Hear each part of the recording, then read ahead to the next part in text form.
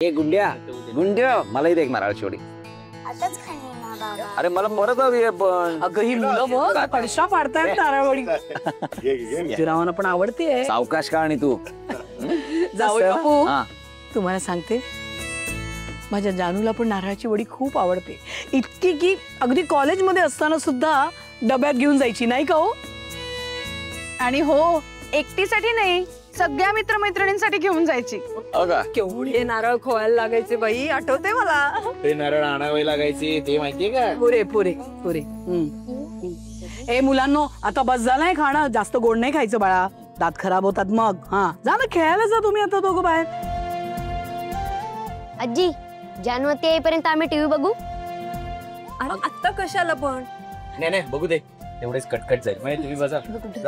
बरं आनंदी लांबून बघा टीव्ही. हा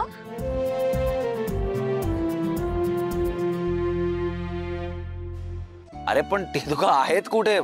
मी कॉल करू का त्यांना. एक मिनिट थांबा मी करू का जानू ताईला फोन. थांबा मीच कर. आरती बाळा एक मिनिट. अगं जयंतरावांनी कबूल केलंय की ते येणार म्हणजे ते येणार. उगाच फोन करून त्रास नको देऊया त्यांना. नाही आई अहो घरी जाऊन काम आहे मला. लवकर जावं लागेल. तिकडे जाऊन मला आधीराजा त्याला ओवाळायचंय. सिद्धूला ओवाळायचंय. अगं मला का मी इथेच आहे ना. मला इथेच ओळख की.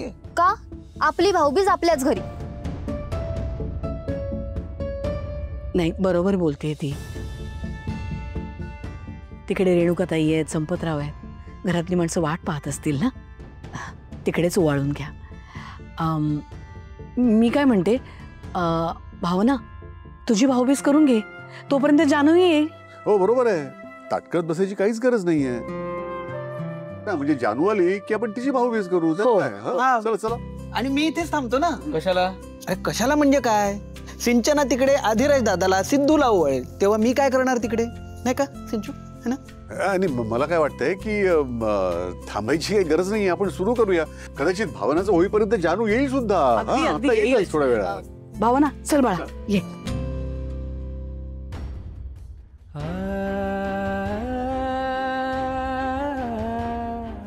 नाही नको. जानूला फोन केला तर ती अडचणीत येण्याची शक्यता आहे. त्यात मला सतत असं वाटत असं ती कुठल्या तरी प्रॉब्लेम मध्ये आहे. कसं पोहोचू मी जानू पर्यंत.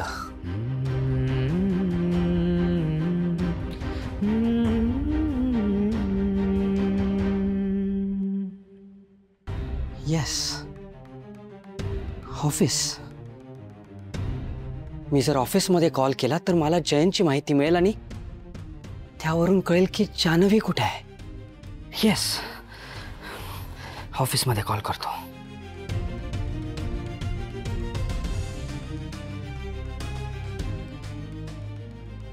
हॅलो मी विश्वा देशमुख बोलतोय.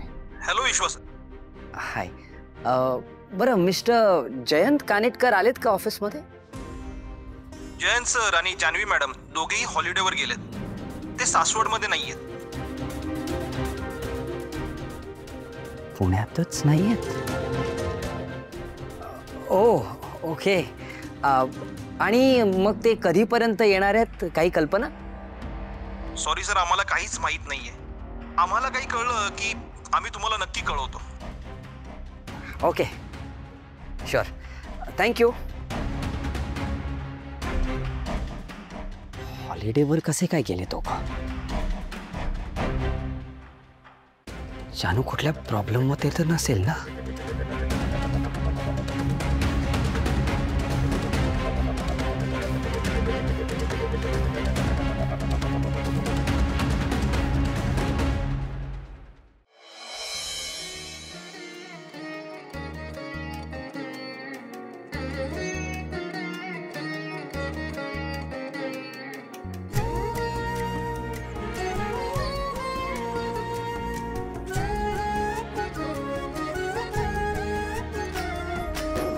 आनंदानी घर भरले आपले प्रेमळ साथीने हे कुटुंब नांदते. मन कधी ते दुःख इथे साहते. घर सारे सुखी नाहते. ही कुसुमायची वडिलांच्या छायेची घर हे जण पृथ्वीवरी स्वर्ग वाटते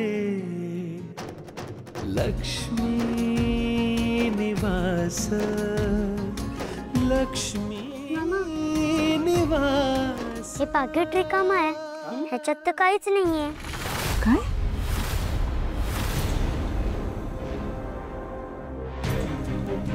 काय रिकामं कसं असेल हा? आणि मुळात तू पाकिट उघडलंच कशाला? वेडी कुठची तू उघडलंस त्यामुळे पडले असतील पैसे. बघ जरा इकडे खाली पडले आहेत का? बघ बघ बघ बघ बघ जरा. नाही बाबा तिकडे बघा पडलेत का? अरे इथे कसे पडतील? हा तिकडे कसे जातील? ए तू बघ ग तिकडे पडलेत का? नाही ना इथे पण कुठे दिसत नाहीये. नाही मग तिकडे पडले असतील आणि वाऱ्याने उडून गेले असतील इकडे तिकडे कुठेतरी. वाऱ्याने कसे उडणं? फॅन बंद आहे कळलं ना? हा फॅन बंद आहे बरोबर आहे. मग मी काय रिकामं पाकिट दिलं? संतोष हा तू किमान 11.25 रुपये तरी पाकिटात घातले असशील अशी माझी अपेक्षा आहे. हो ना तेवढेच घातले होतेस? बाबा अहो राहू दे ना घरातल्या घरातच पैसे पडले असतील ना कुठेतरी आपण शोधू नंतर मिळतील. हा अगं असं कसं म्हणतेस तू? थांब थांब मी शोधतो. शेवटी भाऊबीजा बहिणीचा हक्क असतो अगं. त्यात मन असतं ना बहिणीचं. मी बघतो. ठीक आहे राहू दे ना. नंतर शोधू. बघितलंस तुझा भाऊ एवढा कमवतो तरी पण बहिणींना रिकामी पाकिट दिलंय. नाहीतर तू सासऱ्याच्या जीवावर बहिणींना 1000 रुपये वाटत सुटले.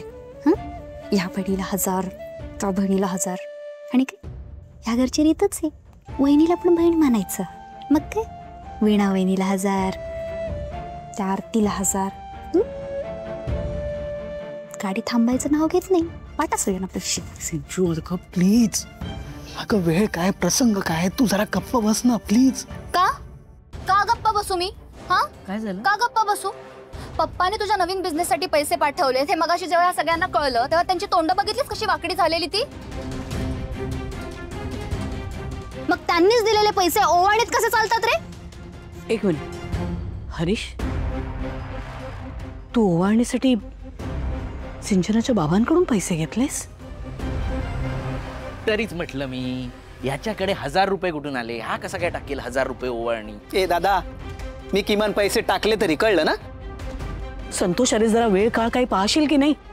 ऐका ना भावना ताई ते अहो काय झालं व्यंकी येऊ शकला नाही ना मग मला पैसे पाठवले होते. म्हणला का ओवाळणी दे भावना ताईला काहीतरी घे म्हणला. मग हे घेतलंय तुझ्यासाठी बघ आवडते का? आरती वहिनी असं कसं घेऊ मी तुझ्याकडून? व्यंकी दादा जरी आला नसला ना तरी तू आहेस ना. तुला आधी ओवाळणार आणि मग ही ओवाळणी घेणार. अगं बाई मला ये इकडे. अगं भावना ये आई बस बस ग. अगं बस राजा